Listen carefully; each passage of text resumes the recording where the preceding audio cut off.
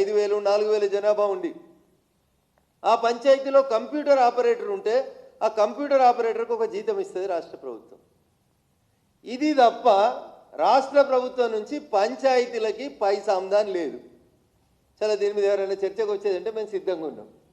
ఓ మంత్రి గారు మాట్లాడినారు నిన్న, సోదరి సీతక్క ఏడా వరంగల్లో ఎక్కడో నిన్న మాట్లాడింది, నిన్ననో ఇవాళ పేపర్లలో వచ్చింది. ప్రతి ఊరిలో మేము మహిళా సమాఖ్య భవనాలు కట్టుకుంటే 10 లక్షల రూపాయలు ఇస్తామని చెప్పారు. కానీ అక్క చెప్పాల్సి ఉండే ఇది MGNREGS కింద వస్తుంది, ఇది భారత ప్రభుత్వం ఇస్తుంది అని చెప్పాలి. ఇచ్చేది మేము, చెప్పుకునేది వాళ్ళు. పాత ప్రభుత్వంలో కూడా నేను మొదలుపెట్టిన సరికి అంతకుముందు ఎవరు సరిగా చెప్పకపోయేటోళ్ళు మా వాళ్ళు. శ్మశాన వాటికలు కట్టిర్రు, 100% MGNREGS పథకం కిందనే కట్టిర్రు. ఊర్లో పల్లె ప్రకృతి వనం పెట్టిర్రు, 100% భారత ప్రభుత్వం ఇచ్చిన పైసలతోటే పెట్టిర్రు. ఊర్లల్లో మొక్కలు నాటిర్రు, 100% భారత ప్రభుత్వం ఇచ్చిన MGNREGS పథకమే తప్ప ఇంకోటి ఏం లేదు. పోయిన ప్రభుత్వానికి నోరు ఎక్కువ ఉండే, టీవీ ఛానళ్ళు ఎక్కువ ఉండే, యూట్యూబ్ ఛానళ్ళు ఎక్కువ ఉండే, బెదిరించి ఎట్లా వార్తలు రాయించుకోవాలని వాళ్ళకి తెలుసు కాబట్టి బీజేపీ పాలిత రాష్ట్రాలలో ఉన్నాయా అని ఎదురుదాడి చేస్తుండే అప్పుడున్న ముఖ్యమంత్రి. దానికి సమాధానం ఏంటంటే ఒక ఊరికి శ్మశాన వాటికి అవసరం ఉంటుంది, ఒక ఊరికి గ్రామ పంచాయతీ అవసరం ఉంటుంది, ఇంకో ఊరికి అంగన్వాడీ అవసరం ఉంటుంది, ఇంకో ఊరికి గోదాము అవసరం ఉంటుంది. ఆయా రాష్ట్రాల అవసరాలని బట్టి MGNREGS డబ్బుల్ని వాడుకుంటాయి. దానికి ఇక పోయిన ప్రభుత్వం 10 సంవత్సరాలు మేమే చేసినాం అని చెప్పి వాళ్ళు బాకాలు ఊదుకున్నారు. ఇప్పుడు వచ్చిన వాళ్ళు 2 ఏళ్ల కోలే పంచాయతీల వ్యవస్థని మొత్తం భ్రష్టు పట్టించారు వీళ్ళు. అసలు కొంచెం పని కూడా జరగలేదు. అసలు లోకల్ అడ్మినిస్ట్రేషన్ అనే పదానికి అర్థం లేకుండా చేసింది కాంగ్రెస్ సర్కార్, రేవంత్ రెడ్డి సర్కార్. 2 ఏళ్ల కోలే ఊర్లలో ఊడ్చేటోళ్ళు లేరు, మోరీలు తీసేటోళ్ళు లేరు, సున్నం వేసేటోళ్ళు లేరు, బ్లీచింగ్ పౌడర్ వేసేటోళ్ళు లేరు. ఆఖరికి పంచాయతీ సెక్రటరీలు పరువు పోతుందని వాళ్ళ జీతాలకి వెళ్ళి 50,000 లక్ష ఖర్చు పెట్టి చేసిరు తప్ప లోకల్ అడ్మినిస్ట్రేషన్ మొత్తం పూర్తిగా నెగ్లెక్ట్ చేసిర్రు. నడవలేదా ఊర్లు? నడిచినాయి. ఏం చేస్తారు? నడవదా వ్యవస్థ? ఏదో సామెత చెప్తారు కదా, అయ్యేదస్తే అమ్మా సాగదు అన్నట్టు నడిచినాయి ఊర్లు. ఎవరున్నా ఎవరు లేకున్నా వ్యవస్థ నడిచిందా అంటే నడిచింది. ట్రాక్టర్లు నడిచినాయంటే నడవలే. చెత్త ఎత్తిర్రు అంటే ఎత్తిర్రు, నెలకోసారి ఎత్తిర్రు, ఎత్తలేదని కాదు. అట్లా నడిచిందా అంటే నడిచింది. గత 2 సంవత్సరాల నుంచి కాంగ్రెస్ ప్రభుత్వం పంచాయతీలని, లోకల్ అడ్మినిస్ట్రేషన్ని పూర్తిగా జీరో చేసిర్రు తప్ప కొత్తగా ఏం చేయలేదు. వాళ్ళు పనులు అవుతలేవా అంటే అవుతాయి. ఎందుకు అవుతాయి? రోజు ఊడ్చేది నెలకోసారి ఊడ్చిర్రు. జీతం మీరు 6 నెలలకోసారి ఇస్తే వాళ్ళు 6 నెలలకోసారి ఊడ్చిర్రు. అంతకుమించి గొప్పగా ఏం జరగలేదు. ఇది గ్రామ పంచాయతీలకి రాష్ట్ర ప్రభుత్వం నుంచి వచ్చేటువంటి డబ్బులు. ఇంకా రాష్ట్రంలో ఉండే పంచాయతీలకి డబ్బులు ఏడికెళ్ళి వస్తాయి?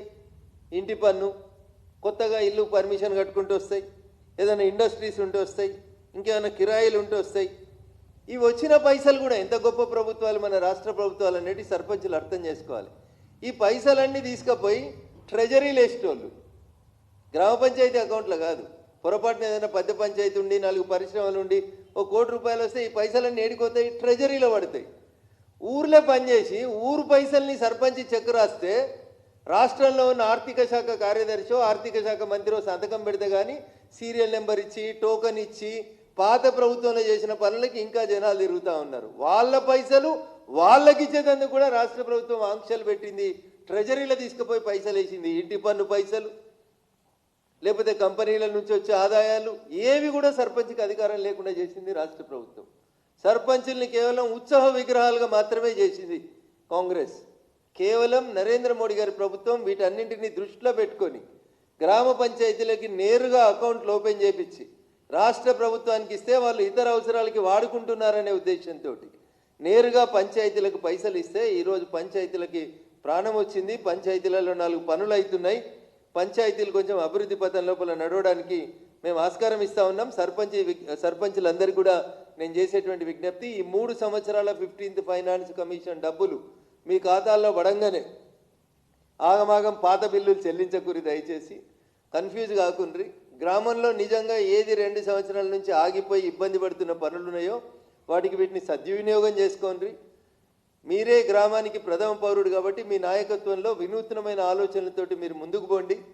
భారత ప్రభుత్వం నరేంద్ర మోడీ గారి నాయకత్వంలో 100% పల్లెలు బాగుండాలని పనిచేస్తుంది. అట్లేగాక మీ వెనకాలండి మీ కులపోల్లో, మీ ఊర్లో ఉండే వ్యవసాయదారులు మీ ఊళ్ళో ఉండే గొర్రెల కాపలదారులో లేదా ఒక రైతు పోల్ట్రీ ఫామ్ పెట్టుకోవాలనుకుంటా. ఇందాక నేను కమ్యూనిటీ డెవలప్మెంట్ చెప్పినాను, ఇప్పుడు ఇండివిజువల్ డెవలప్మెంట్ కోసం పశువుల పాకలు, పోల్ట్రీ ఫామ్లు, గొర్రెల పాకలు, ఇండివిజువల్గా వచ్చేటువంటి కల్లాలు, ఇట్లాంటి వాటి విషయంలో మీరు ఎంతమందిని రికమెండ్ చేస్తే అంతమందికి ఇవ్వడానికి భారత ప్రభుత్వం సిద్ధంగా ఉంది. ఈ రకంగా ఇండివిజువల్ గ్రోత్, కమ్యూనిటీ గ్రోత్ జరిగి పల్లెలు అభివృద్ధి చెందితే తప్ప ఈ దేశం అభివృద్ధి చెందదని సంపూర్ణంగా విశ్వసించటంలో మేం. కాబట్టి 100% గ్రామాలు బాగుండాలని కోరుకుంటున్న వాళ్ళం మేము. ఆ మహాత్మా గాంధీ గారు కలలు కన్నారు బతికున్నప్పుడు, భారతదేశం రామరాజ్యంగా విరాజిల్లాలని కలలు కన్నారు. వారు చనిపోతే కూడా మాట్లాడినటువంటి చివరి పదం హే రామ్ అన్నారు. వారి సమాధి మీద ఎక్కడ రాసినా హే రామ్ అని రాస్తారు. మహాత్మా గాంధీ కళ వారి పుస్తకాలలో ఎక్కడ చదివినా, వారి భాషల్లో ఎక్కడ విన్నా ఈ దేశంలో రామరాజ్యం స్థాపించబడాలని కోరుకున్నారు. చివరికి చనిపోతూ మాట్లాడిన చివరి మాట హే రామ్ అని మాట్లాడినారు. అగో ఆయన పేరు మార్చి ఎన్ఆర్ఈజిఎస్ పథకానికి విబి రామ్జీ అని పథకం పెడితే, నకిలీ గాంధీలకి గాంధీ అని పేరు లేకపోతే వాళ్ళ రాజకీయ వారసత్వం జనం వాళ్ళని గుర్తుపట్టరని కొత్తగా తీసుకొని వచ్చి గాంధీ పేరు తీసిరు కాబట్టి మేము ఆందోళన చేస్తామని అడుగుతున్నాం. మీ ఆందోళనని మేము స్వాగతిస్తూనే, నిజంగా మల్లికార్జున ఖర్గే గారికి ఏమైనా చిత్తశుద్ధి ఉంటే, ఈ దేశం మీద, ఈ దేశ ప్రజల మీద నిజంగా మీకు చిత్తశుద్ధి ఉంటే, మహాత్మా గాంధీ గారి పేరు మీద ఈ దేశంలో కాంగ్రెస్ పార్టీ ప్రవేశపెట్టిన పథకాలెన్ని, నెహ్రూ గారి పేరు మీద ప్రవేశపెట్టిన పథకాలెన్ని, రాజీవ్ గాంధీ పేరు మీద ప్రవేశపెట్టిన పథకాలెన్ని, ఇందిరాగాంధీ పేరు మీద ప్రవేశపెట్టిన పథకాలెన్ని, ఒక్క శ్వేతపత్రం రిలీజ్ చేయమని చెప్పి నేను కాంగ్రెస్ పార్టీని డిమాండ్ చేస్తున్నా.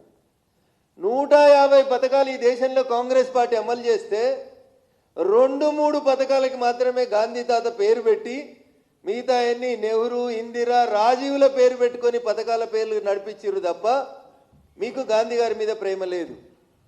ఇవాళ రాహుల్ గాంధీ అనే పేరు తీసేస్తే, గాంధీ అనే పదం రాహుల్ నుంచి దూరం అయితే రాహుల్ గాంధీ గారికి ప్రజలలో ఏమవుతుందో అనే బాధ, లేదా వాళ్ళ భవిష్యత్ నాయకురాలని వాళ్ళు కలలు కంటున్నటువంటి ప్రియాంక వాడ్రా గారిని ప్రియాంక వాడ్రా అంటే కష్టమవుతుందని ప్రియాంక గాంధీ అని రాసుకోవడానికి వాళ్ళకి గాంధీ పేరు కావాలి. అందుకనే రేపు గాంధీ తాత పేరు మీద గాంధీ విగ్రహాలు కాడిపోయి ధర్నాలు చేయమని మహేష్ కుమార్ గౌడ్ గారు చెప్పినా, మల్లికార్జున ఖర్గే గారు మాట్లాడినా, గాంధీ తాతకి శటగోపురం పెట్టినా, ఈ దేశ ప్రజలకు అన్యాయం చేసినా, ఈ దేశంలో ఉన్న హిందువులకి నష్టం కలిగించిన అది కాంగ్రెస్ పార్టీ వల్ల జరిగింది తప్ప ఇంకొకటి కాదు. ఇలా ఖర్గే గారు మాట్లాడితే ఎట్లా అర్థమవుతుంది, దయ్యాలు వేదాలు వల్లించినట్టు కనబడతా ఉన్నాయి. హిందువుల పట్ల ఇదైతా ఉంది, ఈ దేశంలో మత సామరస్యం లేదని మాట్లాడుతున్నారు. అరే, బంగ్లాదేశ్లో హిందువుల మీద జరుగుతున్నటువంటి దాడులని కనీసం ఖండించలేని కాంగ్రెస్ పార్టీ అధ్యక్షుడు, కాంగ్రెస్ పార్టీ నాయకత్వం భారతదేశంలోనట మత ఘర్షణలు జరుగుతున్నాయని మాట్లాడుతూ ఉన్నారు.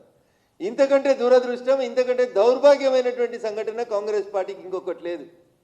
అయ్యా ఖర్గే గారు, నిజంగా మీకు చిత్తశుద్ధి ఉంటే, మీ కాంగ్రెస్ పార్టీ బతకాలని కోరిక నిజంగా ఖర్గే గారికి ఉంటే, సిద్ధరామయ్య గారు ఢిల్లీకి వస్తే డీకే శివకుమార్ గల్లీలు ఉన్నాడు, ఇంకా పంచాయతీని సొంత రాష్ట్రం పంచాయతీ చేసుకో. డీకే శివకుమార్ వారు ఇద్దరు, సిద్ధరామయ్య ఇద్దరు, ఒక ఆయన పొద్దుగలో స్టేట్మెంట్ ఇస్తుండే, ఇంకో ఆయన పగటిలు ఇంకో స్టేట్మెంట్ ఇస్తున్నాడు. నేనే ముఖ్యమంత్రి అంటాడు ఈయన, నేను దిగేది లేదంటాడు ఆయన. నీ సొంత రాష్ట్రం కదా ఖర్గే గారు, నీ సొంత రాష్ట్రాన్ని కాపాడుకో. రేపు ఎన్నికలు వస్తే ఏమవుతుందో చూసుకో నీ సొంత రాష్ట్రంలో కాంగ్రెస్ పార్టీ పరిస్థితి. వీళ్ళు వచ్చేట మహాత్మా గాంధీ గారి పేరు మీద మేము దేశవ్యాప్తమైన ఆందోళనలు చేస్తాం. మీరు చాలా రకాలైనటువంటి ఆందోళనలు చేశారు. మీరు ఎన్ని ఆందోళనలు చేస్తే మీ పార్టీ అన్ని చోట్ల ఎక్కువగా ఓడిపోతూ వస్తూ ఉంది. ఓటు చోరీ అన్నారు, బీహార్ తర్వాత ఓటు చోరీ బంద్ అయిపోయింది. సర్ అన్నారు, సర్ బంద్ అయింది. మళ్ళీ ఇప్పుడు ఏమైనా వెస్ట్ బెంగాల్, తమిళనాడు ఎన్నికలు వస్తుంటే అప్పుడు ఏమైనా లొల్లి పెడతారేమో తెలియదు. కాబట్టి కాంగ్రెస్ పార్టీ విధానాలు భారతదేశానికి వ్యతిరేకంగా, ఈ దేశంలో ఉన్నటువంటి హిందువులకు వ్యతిరేకంగా 100% భారతదేశాన్ని బదనాం చేసేటువంటి కార్యక్రమాన్ని కాంగ్రెస్ తన ఎజెండాగా పెట్టుకుంది తప్ప ఇంకొకటి కాదు. అందుకనే పార్లమెంట్లో మాట్లాడినా, బయట మాట్లాడినా వాళ్ళకి ఎవడు రాసి ఇస్తాడో ఏం మాట్లాడతారో కానీ ఎంత భావదారిద్ర్యం అంటే, బాప్ ఈవీఎంకు లాతా, బేటా ఈవీఎంకు గలత్ బోల్తా. ఇది వాళ్ళ ఆలోచన విధానం. ఈ దేశంలో బ్యాలెట్ పేపర్లను రద్దు చేసి ఈవీఎంలను ప్రవేశపెట్టిన రోజు కాంగ్రెస్ పార్టీ ఊదిన బాకా ఏంటంటే, దేశాన్ని 21వ శతాబ్దంలోకి తీసుకుపోతున్నాం. కొత్త తరం నాయకత్వం వచ్చింది. బ్యాలెట్ పేపర్లు టైం వేస్టు, ఈవీఎంలు, కంప్యూటర్లు, ల్యాప్టాప్లు భారతదేశంలో మా నాయకుడు రాజీవ్ గాంధీ ఇంట్రడ్యూస్ చేసిరని ఊదిరు బాకాలు. తెలంగాణలో కాంగ్రెస్ గెలుస్తుంది, ఈవీఎంలు మంచి. కర్ణాటకలో కాంగ్రెస్ గెలుస్తుంది, ఈవీఎంలు మంచి. రాహుల్ గాంధీ అమేథీలో వయనాడులో గెలుస్తాడు, ఈవీఎంలు మంచి. ప్రియాంక గాంధీ వయనాడులో గెలుస్తుంది, ఈవీఎంలు మంచి. బీహార్లో ఓడిపోతారు, ఈవీఎంలు షెడ్ అయ్యి. తెచ్చింది ఎవరు ఈవీఎంలు ఈ దేశంలోకి? అయ్యా రాహుల్ గాంధీ గారు జర్ర వెనుకకు జరిగి చూడురి. ఈ దేశంలో ఈవీఎంలను ఇంట్రడ్యూస్ చేసింది ఎవరు? కాంగ్రెస్ పార్టీ. ఎవరు? అప్పటి భారతదేశ ప్రధాని గౌరవనీయులు రాజీవ్ గాంధీ గారు ఇంట్రడ్యూస్ చేసిండ్రు. మరి ఆ రోజేమో ఈవీఎంలు మంచి అని చెప్పింది కాంగ్రెస్ పార్టీ. ఇవాళ ఈవీఎంలు చెడ్డ ఎందుకు అవుతాయి అంటే మీకు మీ నాయకుని మీద విశ్వాసం లేదు. రాహుల్ గాంధీ గారు మీ తండ్రి గారు తెచ్చిన పథకాన్ని మీరు వద్దంటారు. చలో 1947 మహాత్మా గాంధీ గారి పేరు గురించి తర్వాత మాట్లాడదాం. మీ నాన్నగారు తెచ్చినటువంటి ఈవీఎంల మీద నీకు విశ్వాసం లేదని చెప్పు. మా నాన్న చదువుకోలేదని చెప్పు. మా నాన్న టెక్నాలజీ వాడడంలో తప్పు చేసిండు అని చెప్పు. ఇట్లా కాంగ్రెస్ ఏది మాట్లాడినా భావదారిద్ర్యం, భారతదేశానికి వ్యతిరేకమైనటువంటి అంశం, ముఖ్యంగా హిందువులకు వ్యతిరేకంగా మాట్లాడతారు తప్ప ఒక్క సబ్జెక్టు మీద, ఒక్క అంశం మీద రఘునందన్ రావు చెప్తే ఏదో బీజేపీడు కాబట్టి మాకు వ్యతిరేకంగా చెప్పిండు అనుకోవచ్చు. నీ పక్కనే కూర్చుంటుంది ప్రతిరోజు. మహారాష్ట్రలో మీతో జోడి కట్టినోళ్ళు. నేను 4 సార్లు ఎంపీ గెలిచి వచ్చిన బారామతికి వెళ్ళని చెప్పింది ఒక సీనియర్ ఎంపీ. 2009 నుంచి పార్లమెంట్లో ఉంటుంది ఆమె. ఎవరు? శ్రీమతి సుప్రియా సూలే గారు. సుప్రియా సూలే గారు చెప్పిండ్రు, I don't want to blame EVMs. ఒకవేళ నేను ఈవీఎంలను బదనాం చేస్తే నన్ను నేను బదనాం చేసుకున్నట్టు, నా ఎన్నికను నేను తక్కువ చేసినట్టు అని చెప్పింది. ఇక మరి మీకు ఎప్పుడు అర్థమవుతుంది కాంగ్రెస్ పెద్దలారా? ఒకసారి ఆలోచించారు. అందుకని మీరు అప్డేట్ గాండికి వచ్చాను దయచేసి. రాజీవ్ గాంధీ గారు అప్డేట్ ఇచ్చినటువంటి కంప్యూటర్లని ఇంకొంచెం అప్డేట్ చేసుకొని కొంచెం టెక్నాలజీని వాడుకుంటే బాగుంటుంది అనేది నేను వారికి సందర్భంగా సూచిస్తూ, పేరులో కాదు పథకంలో మేము తెచ్చినటువంటి మార్పుల మీద మీరు ఏమైనా సృజనాత్మకమైనటువంటి సలహాలు ఇవ్వండి అంటే పార్లమెంట్లో పేరు మార్చిర్రు అని లొలిపెట్టిర్రు తప్ప పథకంలో వచ్చినటువంటి మార్పులు ఏంది, దానివల్ల కలిగే లాభ నష్టాలు ఏంది అనేటువంటి అంశం మీద చర్చ జరపడానికి కాంగ్రెస్ పార్టీ ఇంట్రెస్ట్గా లేకపోవడం అనేది నిజంగా బాధాకరమైనటువంటి విషయం. అందుకని నేను మళ్ళీ చెప్తా ఉన్నా, నిజంగా మీకు చిత్తశుద్ధి ఉంటే బంగ్లాదేశ్లో హిందువుల మీద జరుగుతున్నటువంటి దాడులను ఖండించండి. మీద కానీ వాటి గురించి మాట్లాడారు. ఎక్కడైనా బ్యాలెట్ పేపర్ మీద ఎన్నికలు జరిగి మేము గెలిస్తే దాన్ని కూడా వాళ్ళకి జీర్ణించుకునేటువంటి శక్తి లేదు. అందుకని కాంగ్రెస్ అంటేనే ఒక ఫెయిల్యూర్ పదార్థంగా మిగిలిపోయింది. కాంగ్రెస్ అంటేనే ఒక గ్రూప్ ఆఫ్ పీపుల్ ఒక అభిప్రాయం మీద ఉండరు. విభిన్న అభిప్రాయాలు, విభిన్న దారులు, విభిన్న తొవ్వలు.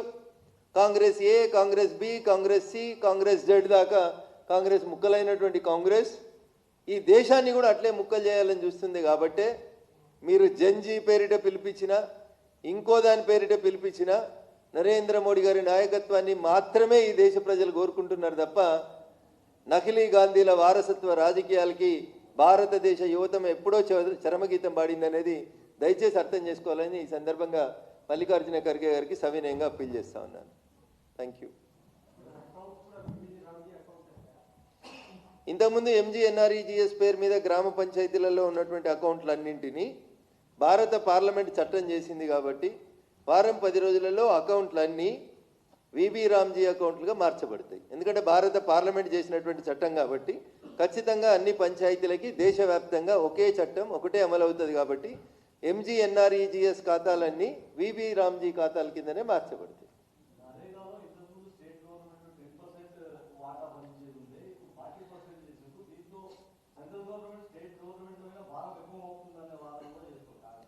సో ఈ వాదనకి సమాధానం కాంగ్రెస్ పార్టీ చెప్పాలి.